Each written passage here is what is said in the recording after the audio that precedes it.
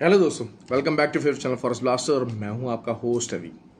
Okay जी, एक mixed day हमारा रहा। साइडवेज मूवमेंट वाला दिन था ज़्यादातर। बहुत ज़्यादा पेस के अंदर बहुत ज़्यादा वॉलेटिलिटी नहीं थी क्योंकि एक कल इंतहाई वॉलेटाइल डे था। लेकिन ये कि आज जो JPY जो पेयर्स थे उनके अंदर अच्छी मूवमेंट रही और हमें बहुत अच्छी ट्रेड्स मिली। और क्योंकि ज़ाहिर बात है JPY का आज जो है वो डाटा भी था और जो YCC का जो बेसिकली था इशू उसको भी आज एड्रेस किया गया और उसके ऊपर भी जो है वो काफ़ी बातचीत हुई। तो उसका इम्पेक्ट आया। ऑब्वियसली जो है वो आपको ये बताया गया था कि रिट्रेसमेंट ट्रेड्स आ सकती हैं, रिट्रेसमेंट्स आएंगी और वही हुआ, रिट्रेसमेंट्स आई भी। GBP JPY का मैंने हमेशा आपको कहा था कि जी आप रिट्रेसमेंट आए तो सेल लीजिएगा। बहुत अच्छा सेल है। कल का भी लो ब्रेक हो गया, 176 तक मार्केट चली गई, तो we made a pretty good profit over there. अच्छा, उसके अलावा वही चीज़ होती है कि थोड़ा सा ये होता है कि मार्केट के साथ आपको जागना होता है। जब भी आपको पता है कि जो मेरा फ्री व्हाट्सएप ग्रुप था उस पर भी लोग सवाल मुझसे शाम के टाइम कर रहे थे, सर येन का क्या करें। मैंने कहा भाई येन का क्या करना है आप लोगों ने, जब अर्ली मॉर्निंग उसका डाटा है और इम्पॉर्टेंट उसका दिन है तो आपको सुबह में जागना है। ये नहीं होगा कि आप शाम को जागेंगे और शाम को अपनी मर्ज़ी के मुताबिक ट्रेड करने की कोशिश करेंगे और अपने मामलात करेंगे। तो वही बात हो जाती है कि आपको कुछ पेयर्स के हिसाब से अपनी टाइमिंग एडजस्ट करनी पड़ती है। फ्री व्हाट्सएप ग्रुप बता दें, टोटली फ्री, 100% फ्री है। हर कोई इसको ज्वाइन कर सकता है और जो है वो everybody can be the part of it. और आपको करना क्या, सिर्फ ऑक्टाफेक्स और एक्सनेक्स पे आप हमारे IB लिंक के ज़रिए आप अपना अकाउंट बना सकते हैं और व्हाट्सएप नंबर है, वहाँ पे आप मुझसे रब्ता कर सकते हैं। और अगर आप ऑलरेडी ऑक्टाफेक्स और एक्सनेक्स पर ही ट्रेड कर रहे हैं तो फिर आप क्या कर सकते हैं, आप जो है वो मुझसे रब्ता करके लाइव चैट पे जाके तो आप IB चेंज कर लीजिए। वो भी लिंक वीडियो के डिस्क्रिप्शन में। You can be the part of that community. Learning को मैं बहुत ज़्यादा प्रेफरेंस देता हूँ। बहुत सारे लोग बहुत सारी तरह की बातें करते हैं, मैं अब हर एक की बातों का क्या जवाब दूँ। एक चीज़ होती है, एक लिमिट हो जाती है भाई, इतना अंदर मेरे अंदर दम नहीं है कि मैं इतना ज़्यादा रिस्पॉन्ड कर सकूँ। लेकिन एटलीस्ट मैं ये ज़रूर सजेस्ट करूँगा कि भाई एटलीस्ट जो है ना, चार्ट वगैरह तो जो है वो अगर आप नहीं कर सकते, वीडियो आप अपनी नहीं बना सकते, कंटेंट बना सकते, तो एटलीस्ट यार डायलॉग्स तो यार कम से कम अपने चला लिया करो। ठीक हो गया। वीडियोस देखते वही चीज़ें नक्श हो जाती हैं, वही बातें वही उसी अंदाज में हर तरह से अपनी वीडियो के अंदर कह देते हैं। तो एटलीस्ट थोड़ा बहुत डिफ्रेंशिएट कर लिया करें, आपके चैनल के लिए और आपके लिए भी बेहतर रहेगा मामला। अच्छा खैर, अब जी नेक्स्ट वीक है। अच्छा, आज बेसिकली क्या हुआ कि गोल्ड में जो है 54 तक की जो रिट्रेसमेंट ट्रेड हमारी एक्सपेक्टेड थी, एक तरह का TP1 था, रिट्रेसमेंट वाज ऑलवेज देयर। तो लेकिन वो यही हुआ कि रिट्रेसमेंट वाज स्लो। दूसरा यही हुआ कि मिशिगन जो सेंटिमेंट थे वो ऑन द लोअर साइड आए, जो कंसेंसस था उससे नीचे की तरफ आए, तो जिसकी वजह से मार्केट थोड़ा सा ज़रा 60 से भी बियॉन्ड निकल गई। ऑल्दो कि 58 पे क्लोजिंग है, it is a bearish closing. क्योंकि आप देख लीजिए कि वीकली में एक और डोजी गोल्ड ने बना दी है, back to back dojis form कर दी हैं। तो और अगले वीक बहुत इंपॉर्टेंट डाटा है, फंडामेंटल डाटा है, that is non farm payroll. अब आपको पता है कि मैं फंडामेंटल्स को बहुत ज़्यादा इंपॉर्टेंस देता हूँ। फंडामेंटल का कोर्सेज भी जो है वो उसको प्लान कर रहे हैं हम अपनी फॉरेस्ट ब्लास्टर अकेडमी के अंदर। ऑल्दो के जो बेसिक का और सारा जो कोर्स है, बेसिक भी हमारा जो है बहुत सारे जो कोर्सेज हैं उससे बहुत ज़्यादा एडवांस लेवल का है। और वो जो कोर्स है ऑफ़र किया जा रहा है वो 10 अगस्त से उसकी रजिस्ट्रेशन जारी है। सो ऑनलाइन और फिज़िकल दोनों तरह के दोनों जो हैं वो बैचेस की रजिस्ट्रेशन ऑन है। आप उसमें अपने आप को एनरोल भी कर सकते हैं। तो उसमें भी वहाँ पर भी फंडामेंटल का कोर्स भी करवाने की कोशिश की जाएगी और इंशाल्लाह बहुत जल्द फंडामेंटल्स का कोर्स ऑफ़र किया जाएगा। उसके ऊपर वर्क हो रहा है, उसको कोर्स को बनाने का, समझाने का, चीज़ों को आपको जो है ना वो उसका एस्पेक्ट्स जो है वो you will certainly come to know. दूसरा, नेक्स्ट वीक इस हिसाब से बड़ा इम्पोर्टेंट है कि नॉन फार्म पेरोल नंबर्स है। अगर आज जो बेसिकली जो चीज़ रही है वो यही रही है कि जी एक तो जो US इकॉनमी है ना भाई, US इकॉनमी में रिसेशन नहीं है। ये चीज़ एक डिसाइडेड हो गई है that there is no recession. फ़िलहाल जिस तरह के नंबर्स आ रहे हैं, जिस किस्म का जो डाटा आ रहा है, तो सॉफ्ट लैंडिंग की जो बात होती थी हमेशा से, पावल भैया करते थे कि नहीं जी US इकॉनमी का सॉफ्ट लैंडिंग होगी और it will not be a hard landing.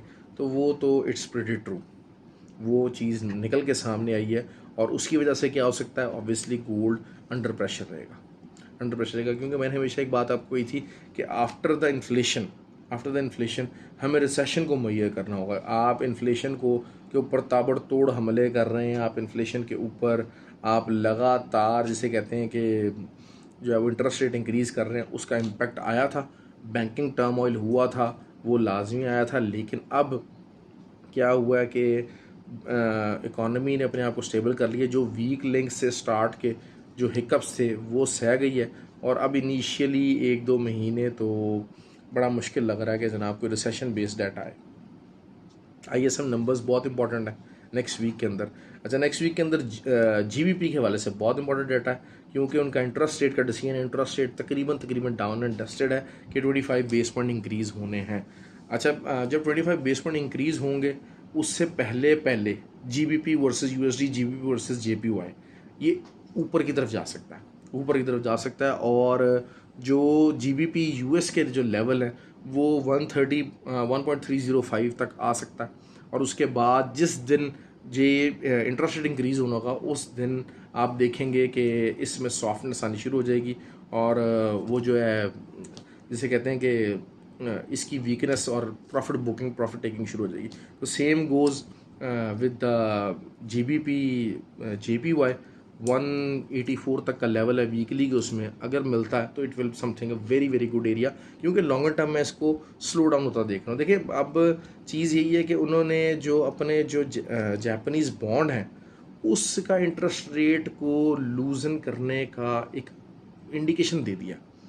तो ये जो इंडिकेशन दे दिया है, तो this is something a larger picture के अंदर येन का जो है वो जो स्कोप है ना, कि इवेंचुअली इंटरेस्ट रेट इंक्रीज़ हो सकता है, इंटरेस्ट रेट को चेंज किया जा सकता है, वो वाला पिक्चर उभर के सामने आ गई है। तो जिसकी वजह से येन को काफ़ी ज़्यादा सपोर्ट मिलेगी। USD JPY का वही चीज़ है कि अगर 142 से ऊपर मिलता है तो 142.5 वीकली पॉइंट से बात कर रहा हूँ, डेली पॉइंट ऑफ व्यू तो चलता रहेगा। 142.5 है तो आप एक अच्छा सेलिंग एरिया है, जो कि नीचे दोबारा 137 139 इस तरीके के जो है TP1 और TP2 आपको शो कर सकता है। अच्छा, नैस्डैक जो है, नैस्डैक का मैंने आप लोगों को कहा था कि जी जो है वो 15,450, तो एग्जैक्टली 15,450 आया और उसको रीटेस्ट करके मार्केट ऊपर चलेगी। आई वॉज एक्सपेक्टिंग कि हाँ, इससे नीचे कोई भी 4 आवर कैंडल ओपन और क्लोज हो जाती तो हम मज़ीद सेलिंग में बैठ सकते थे, वो नहीं आई। वही रेंज जो बार बार मैंने आपको बताई हुई है कि 15,750 से लेके तो नीचे जो है 15,450, ये वाली रेंज बरकरार रही। इसी के अंदर बाय और सेल लोगों ने किया। तो मुझसे, क्योंकि कल भी किसी भाई ने पूछा था कि जनाब जब उस टाइम पे कोई 15,500 पे था तो उन्होंने कहा जी मैं सेल कर दूं। मैं कहा भाई सेल नहीं करना, यहाँ से सपोर्ट के ऊपर अपनी, और सपोर्ट टूटेगी तब हम सेल करेंगे, या फिर ये के ऊपर रेजिस्टेंस पे जाएगा तब हम सेल करेंगे। लेकिन मैं कोशिश ये करता हूँ कि आपको जो है वो जितनी भी ट्रेडिंग है उसको सिंपल तरीके से बयान कर समझा सकूँ।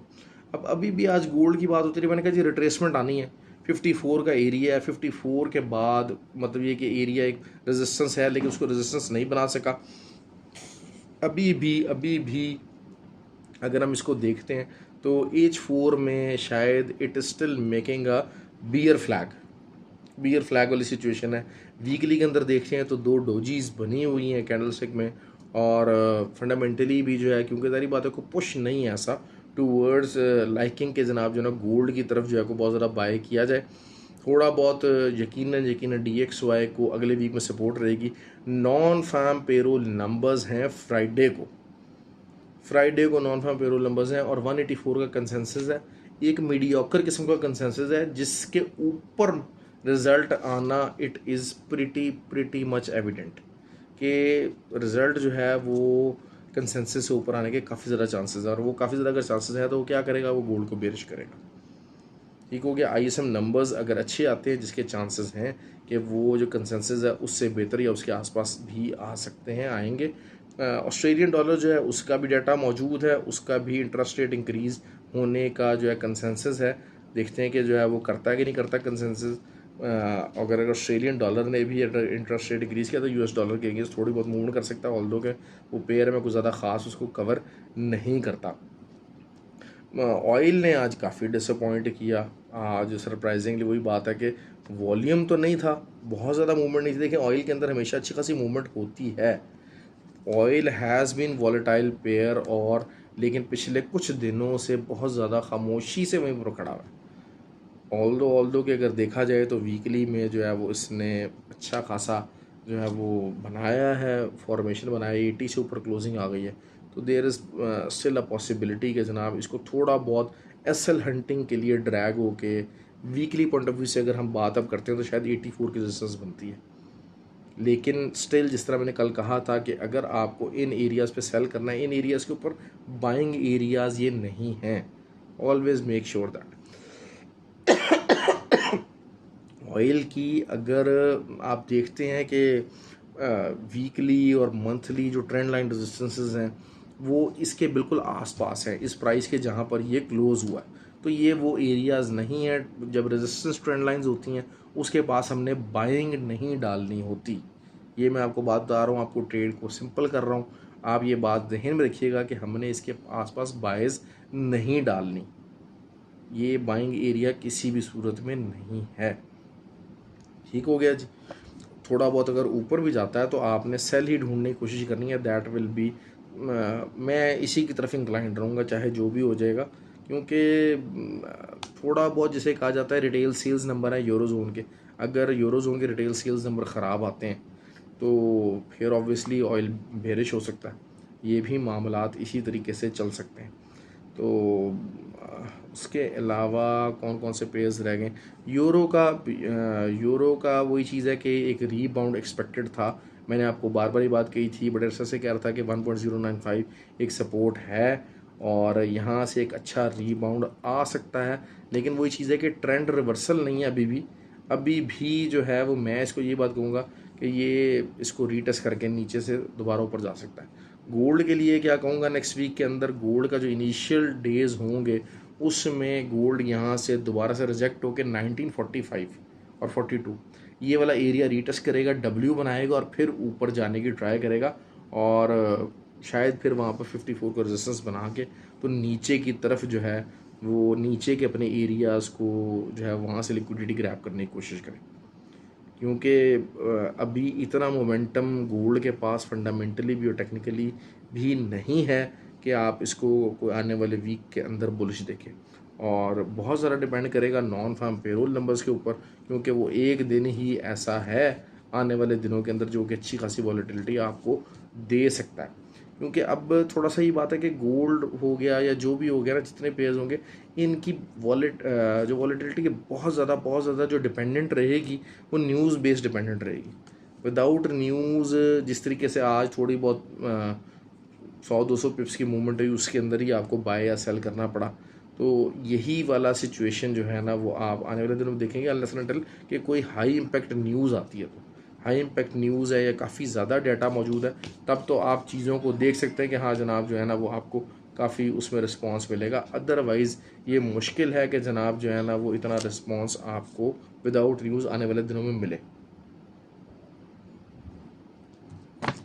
अच्छा, एक्सएनजी जो है वो एक्सएनजी को दोबारा उन्होंने अपने 2.62 के ऊपर क्लोजिंग दे दी है और वीकली क्लोजिंग ऊपर दे दिया। तो फिर यही चीज़ है कि एक्सएनजी यहाँ से 2.82 तक दोबारा जा सकती है और फिर वहाँ से रिजेक्शन पकड़ के दोबारा से ही नीचे आएगी। वही एक सिमिलर रेंज चल रही है, उस रेंज में 2.62 का लेवल बहुत अरसे से जो है मैंने आपको बताया हुआ है, दैट इज़ ऑलवेज़ अ की लेवल। क्योंकि इससे नीचे अगर कोई वीकली क्लोजिंग आ जाती तो फिर ये दोबारा से काफ़ी नीचे तक जा सकती थी और एक आपको अच्छी बाइंग अपॉर्चुनिटी दे सकती थी। तो अब लेकिन ये है कि there is a high chances कि ये 2.82 को ब्रेक कर जाए और 2.82 को एटलीस्ट रीटेस्ट करेगी। 2.75 और फिर 2.82 would be the first targets. ये चीज़ हो गई। और हमारे पास क्या चीज़ रह गई, यहाँ तकरीबन जो है तमाम पेयर्स मैंने बता दिए हैं, कवर कर दिए हैं। प्लीज़ वीडियो को लाइक किया कीजिए, शेयर किया कीजिए। आज मुझे एक भाई ने कमेंट किया कि सर हमें रिगार्डिंग गोल्ड थोड़ा सा टेलीग्राम ग्रुप में बता दें, तो वहाँ पर भी मैंने सिग्नल आपको मैंने शेयर कर दिया था, अपना व्यू पॉइंट शेयर कर दिया था। आई एम श्योर कि आपको थोड़ा सा हो गया होगा। देखें थोड़ा बहुत वही चीज़ होती है कि एक तो अगर आप एस एल लगाते हैं तो फिर ये 100-150 पिप्स की मूवमेंट जो होती है ना, फिर इसके लिए तैयार रहा करें।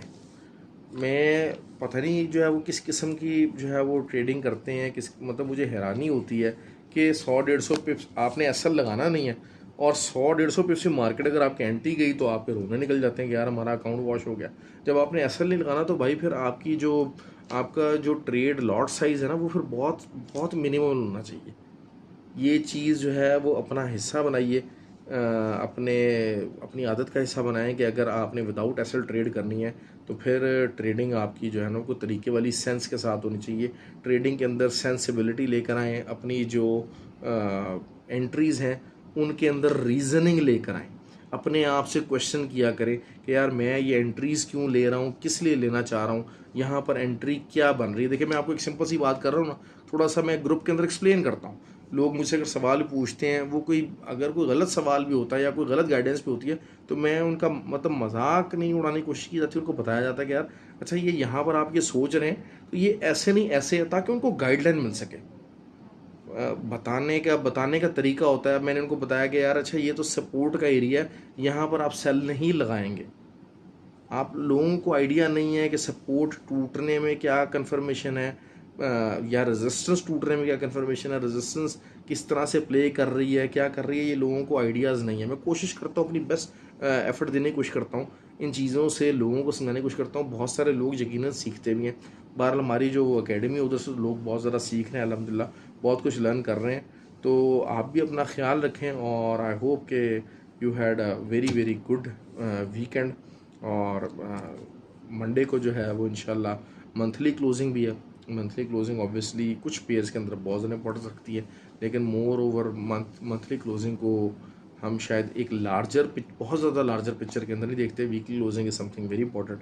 वीकली क्लोजिंग जिस तरीके से मैंने आपको कवर कर दिया, काफ़ी कुछ उसके बारे में बता दिया, तो आई होप कि it is beneficial for you. अगर बेनिफिशियल है तो प्लीज़ लाइक किया कीजिए वीडियो को, शेयर किया जाए, कमेंट किया कीजिए। Thank you very much.